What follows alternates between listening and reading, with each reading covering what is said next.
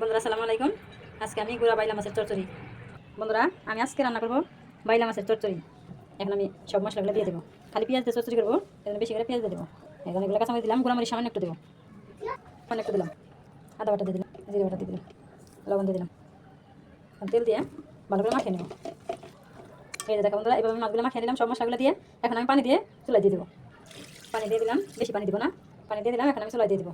এই যে বন্ধুরা চুলায় বসিয়ে দিলাম। এই যে বন্ধুরা আমার এই ছোটো মাছের চচ্চড়ি হয়ে গেল। এখন আমি ধনেপাতা দিয়ে দেবো।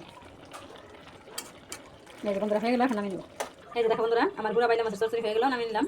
আমার বাইলা মাছের চচ্চড়ি রেসিপি কেমন হলো অবশ্যই কমেন্ট করবে, আর সবাই আমাকে সাপোর্ট করবে, সবাই আমার পাশে থাকবে। তাহলে আজকের ভিডিও এখানে রেখে দিলাম। সবাই ভালো থাকবে, সুস্থ থাকবে, আল্লাহ হাফেজ। বন্ধুরা আসসালামু আলাইকুম। আজকে আমি গুঁড়া বাইলা মাছের চচ্চড়ি।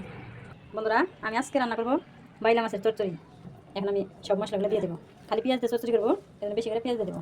এখন এগুলো কাঁচামরিচ দিলাম, গুঁড়ামরিচ সামান্য একটু দেবো, সামান্য একটু দিলাম, আদা বাটা দিয়ে দিলাম, জিরে বাটা দিয়ে দিলাম, লবণ দিয়ে দিলাম, তেল দিয়ে ভালো করে মাখিয়ে নেব। এই যে দেখো বন্ধুরা এইভাবে মাছগুলো মাখিয়ে নিলাম সব মশলাগুলো দিয়ে।